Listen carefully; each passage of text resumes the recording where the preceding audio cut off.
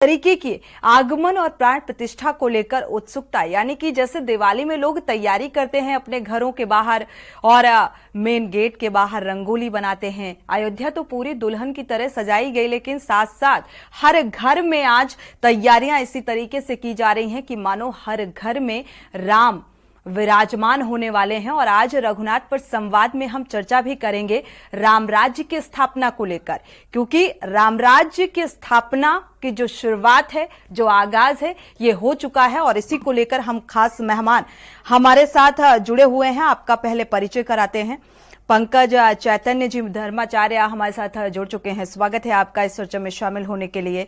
साथ ही सुरेश यादव राष्ट्रीय समाज सेवी पार्टी से हैं, आपका भी बहुत बहुत स्वागत इस चर्चा में शामिल होने के लिए।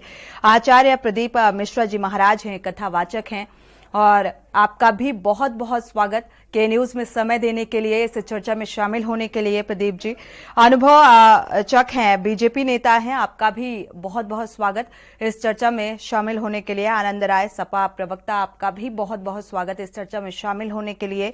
आरपी सिंह संवाददाता भी हमारे लगातार जुड़े हुए हैं, जो हर एक अपडेट साझा करेंगे। शुरुआत आचार्य प्रदीप जी मिश्रा से कर लेते हैं चर्चा की। राम राज्य की स्थापना, आज बेहद मनमोहक तस्वीरें आई सामने।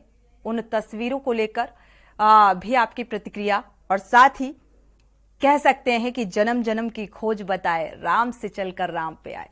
और इसीलिए आज ये रघुनाथ पर संवाद, और इस पर हम चर्चा कर रहे हैं। अनम्यूट कर लीजिएगा। अच्छा जी, सुन पा रहे हैं।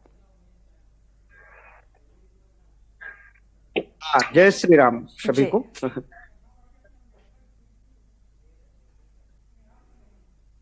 हेलो जी प्रदीप जी, सुन पा रहे हैं आपको।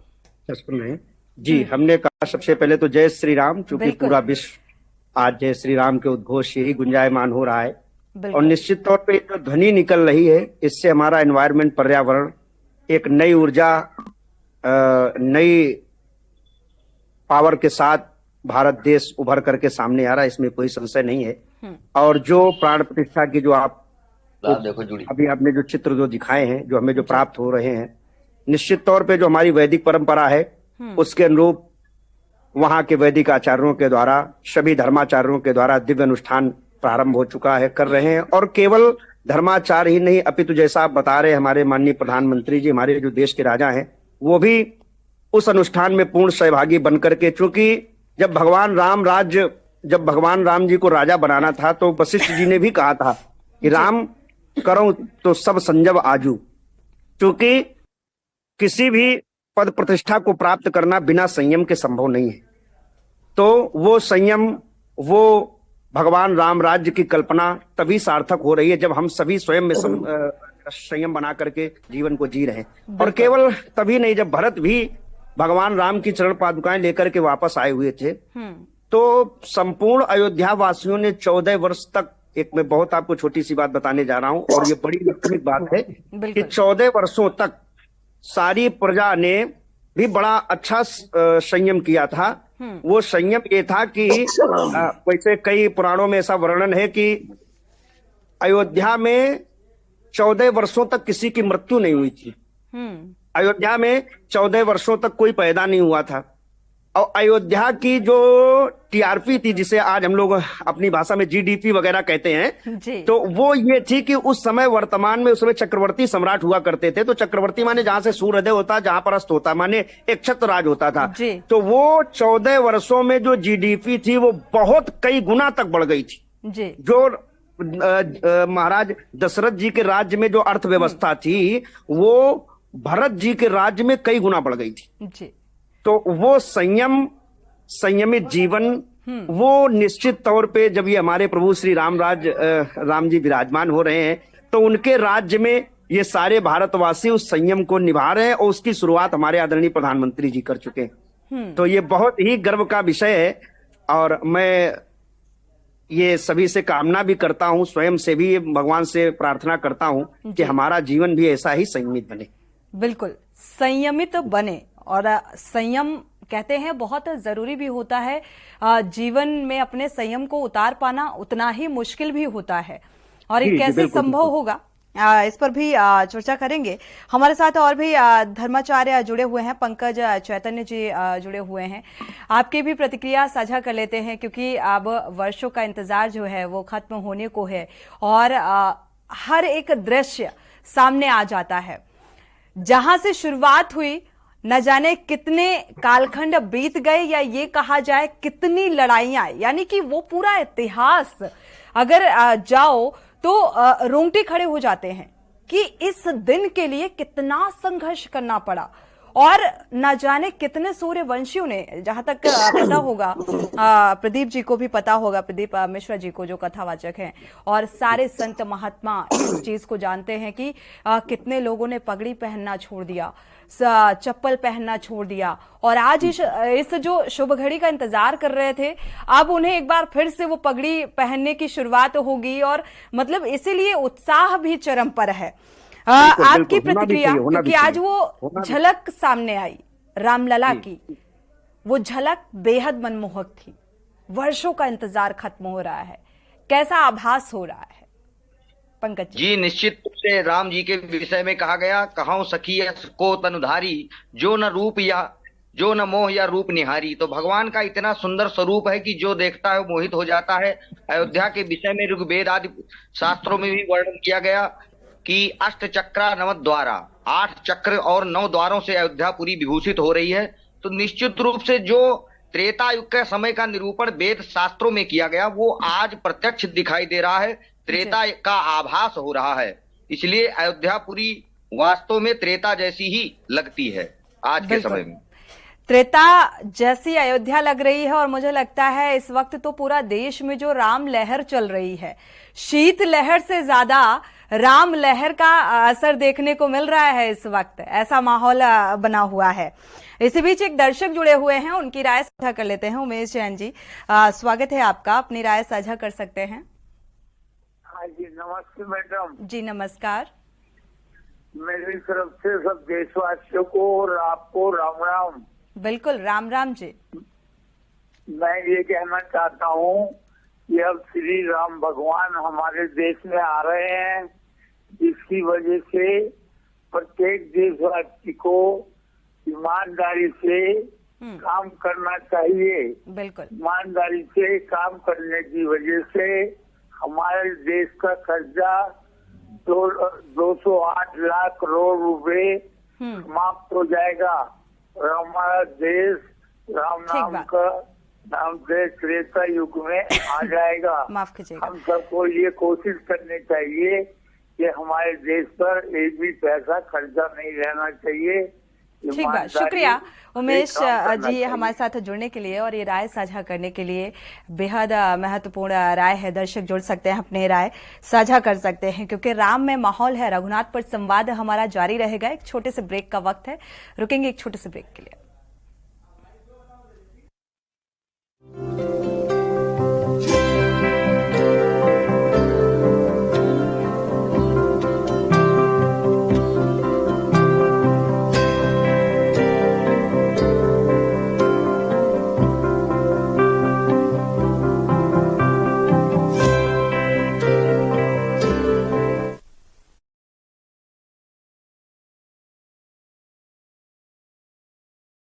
Why are you not a करोड़पति? आप करोड़पति क्यों नहीं हो यार? बच्चा बच्चा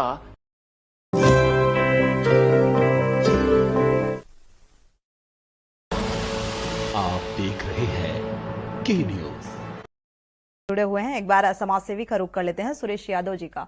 सुरेश यादव जी, चूंकि आप समाज सेवी भी हैं और देखा जाए अभी अपने आसपास या समाज में किस तरीके की राम लहर देख पाए, और जो आज तस्वीरें सामने आई, और इन तस्वीरों को देखते हुए क्या कुछ शब्द निकल पा रहे हैं, क्या कहेंगे? अनम्यूट कर लीजिएगा जी। अयोध्या जनपद का मैं समाज सेवी हूँ जी। मैंने माना था जिस दिन भगवान राम का मंदिर बनकर तैयार होगा उसके पहले मैं राम भक्तों को 50,000 कम्बल वितरण करने का काम हमारी समाज सेवी संस्था करेगी अयोध्या में। और वो काम मेरा पूरा हो गया है। इस ठंड से बचाने के लिए जो है कि किस तरीके से जो है किसी को कोई किसी प्रकार की दिक्कत ना हो, और भगवान राम का मंदिर बनकर तैयार है। 22 तारीख का प्राण प्रतिष्ठा होगा और देश के प्रधानमंत्री मोदी जी, उत्तर प्रदेश के यशस्वी मुख्यमंत्री योगी आदित्यनाथ जी जिस तरीके से जो है अयोध्या जनपद को चमकाने का काम किया, विश्व पटल पर पहुंचाने का काम किया, इसके लिए मैं हमारी समाज सेवी संस्था पूरा जोर उनका समर्थन करती है, बहुत बहुत धन्यवाद उनको देती है। वाह वाह वाह वाह वाह, बहुत सुंदर बहुत सुंदर। चलिए, ये है राममय लहर, न कोई जाति ये न कोई राम के विशेष, प्रति न कोई आस्था राम राज है। बैठे और तो लौका हर्षित भय गए हमारे सबको। जितने भी लोग हैं राम भक्तों के लिए लगे हुए हैं सेवा में, संस्था के जितने भी लोग हैं जात मजहब सबसे हटकर काम कर रहे हैं। बिल्कुल। भगवान राम सबके हैं और सबके बिल्कुल। लिए उन्होंने काम किया था। त्रेता युग में जो है चाहे असहाय गरीबों के लिए काम किया था, उसी तरीके हमारी समाज सेवा की संस्था काम कर रही है। बहुत अच्छा, बिल्कुल, क्योंकि समाज सेवी कभी कभी समाज सेवा से ज्यादा राजनीति करने लग जाते हैं, तो मुझे लगता है नहीं मैडम, राजनीति मैं नहीं कर रहा हूँ। नहीं जो नहीं, अच्छा बिल्कुल काम करेगा, आपकी बात समाज से सेवी मैं उसका इत्तेफाक जरूर रखती हूँ। करेगा। ये बहुत अच्छी पहल है और ये राजनीति आस्था है राम के नहीं प्रति हूँ। आपकी। बिल्कुल, एक बार अयोध्या का रुख कर लेते हैं, हमारे संवाददाता भी जुड़े हुए हैं आरपी सिंह। आरपी सिंह, अगर अयोध्या का जिक्र करें, क्या कुछ माहौल नजर आ रहा है, क्या कुछ तैयारियां नजर आ रही हैं, क्योंकि अब दिन बहुत कम बचे हैं। पहले तो मैं दर्शकों को बताना चाहूंगा, रामनगरी अयोध्या जो है राम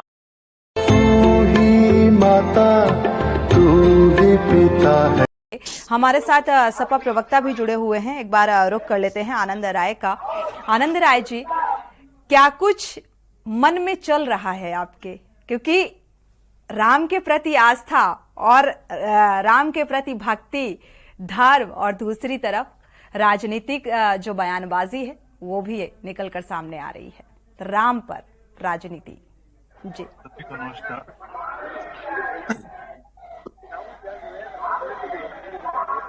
ये देखिए, कहीं ना कहीं खुशी की लहर सभी के अंदर है।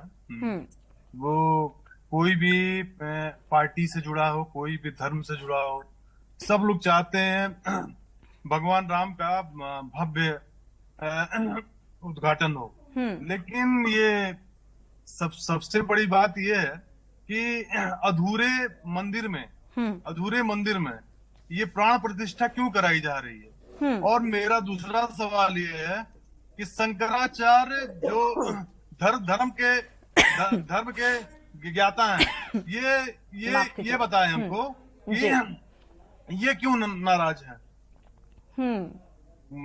मेरा दो सवाल ये है। ठीक है, मुझे खुशी है, मुझे ढेर सारी खुशी है कि ये राम का, भगवान राम का ये क्या नाम वो हो रहा है। सीधी सी बात है कि भगवान राम हम सबके ठीक हैं, अनुभव के हैं। आनंद राय जी, आपके दो महत्वपूर्ण सवाल निकलकर सामने आए हैं।